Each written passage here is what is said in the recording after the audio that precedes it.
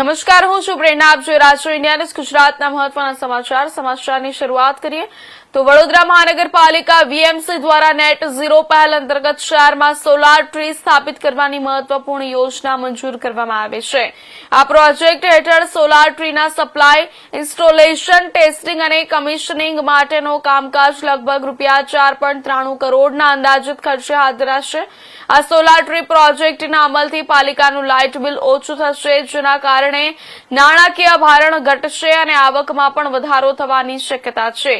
આ સમગ્ર કામગીરી વડોદરા મહાનગરપાલિકાના ફ્યુચરિસ્ટિક પ્લાનિંગ સેલ વિભાગ દ્વારા હાથ ધરવામાં આવશે. આપ જાણો છો કે અત્યારે વૈશ્વિક સ્તરે પણ અત્યારે જે ટેમ્પરેચર્સ વધી રહ્યા છે, આને સાથે સાથે એનર્જી ડિમાન્ડ પણ વધી રહ્યા છે. વડોદરા મહાનગરપાલિકા લગભગ વર્ષમાં 130 કરોડ રૂપિયા પબ્લિક યુટિલિટીઝ અને પબ્લિક સ્ટ્રીટ લાઇટ્સ અને પબ્લિક એનર્જી મિકેનિઝમ્સ માટે બિલ દર વર્ષે આપતું જાય છે.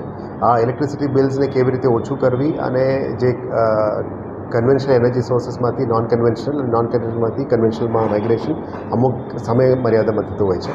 ગુજરાત રાજ્ય જે એનર્જી પોલિસી છે 2021 અને પછી 2023 અને હવે 2025નું કમ્બાઇન્ડ એનર્જી પોલિસીમાં રિન્યુએબલ એનર્જીને પણ પ્રાધાન્યતા આપી રહ્યા છે.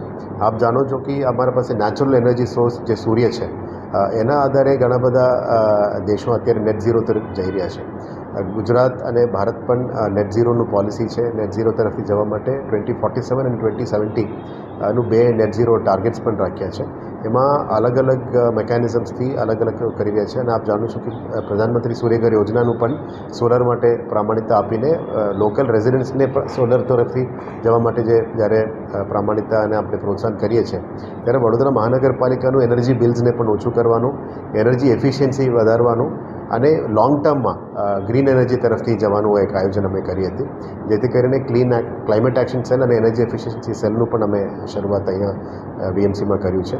એની પહેલા તબક્કામાં અમે 3 પ્લાન કર્યું છે. પહેલાં સિટીની અંદર અવેલેબલ પબ્લિક સ્પેસીસ છે, જે અમારા પાસે ટ્રાફિક સર્કલ્સ છે, અમારા પાસે ગાર્ડન્સ છે અને જેમાં વીએમસીની કોમ્પાઉન્ડમાં આવતા પબ્લિક સ્પેસીસ છે, ત્યાં સોલર લગાવવા માટે અલગ અલગ તૈયારીઓ શરૂ કરી દેવામાં આવી છે. એમાં વીએમસી અને ઇમારતોની ઉપર સોલર પેનલ્સ લગાવીને બિલ્સ ઘટાડવી અને જે નીચે ગ્રાઉન્ડ સ્પેસીસ છે અને ગાર્ડન્સ છે, એટલે નેચર સાથે મળીને ટ્રીઝ તરીકે લાગે એવા એક નવા સોલર ટ્રી કન્સેપ્ટ પણ અમે લાવી રહ્યા છે.